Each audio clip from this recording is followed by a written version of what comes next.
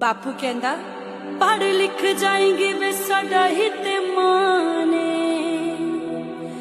जान तो प्यारी तीए टूटा साडी शान करके तरक्की वे तू ना साडे कुल दा, करके तरक्की वे तू ना साडे कुल दा, अंबरां दे विच चमकाई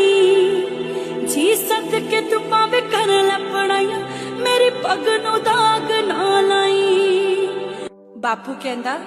पढ़ लिख जाएंगे वे साडा ही ते माने, जान तो प्यारी तीए टूटा साडी शान करके तरक्की वे तू ना साडे कुल दा, करके तरक्की वे तू ना साडे कुल दा, अंबरां दे विच चमकाई